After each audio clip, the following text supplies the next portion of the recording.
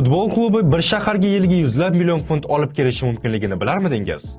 Manchester City bunga real misol bo'la oladi. Manchester City faqat futbol o'ynab beradigan klub emas.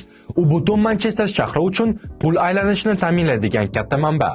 Klubga tegishli stadion, mashg'ulot bazalari va akademiyalar sababli 8 mingdan ortiq odam ish bilan ta'minlangan.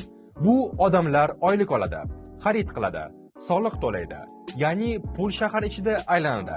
Har bir o'yin vaqtida shaharga minglab muxlislar keladi. Ular mehmonxonada qoladi, restoranlarda ovqatlanadi, transportdan foydalanadi. Shu sabab Manchester City atrofida xizmat sohalari jonlanadi. Mutaxassislar hisobiga ko'ra, klub yiliga 600-700 million funt atrofida pulni shahar iqtisodiyotiga olib kiradi. Bu pul faqat klubda qolib ketmaydi. Futbolchilarning maoshi, reklama shartnomalari va savdo orqali davlat byudjetiga katta miqdorda soliq tushadi. Shuning uchun Manchester City davlat uchun xarajat emas, aksincha foyda keltiradigan loyiha hisoblanadi. Qisqasi, Manchester City futbol orqali pul ishlaydigan shahar mexanizmi. Klub yutsa ham, yutmasa ham iqtisod harakatda bo'ladi. Iqtisodga oid foydali ma'lumotlar uchun sahifamizga obuna bo'ling.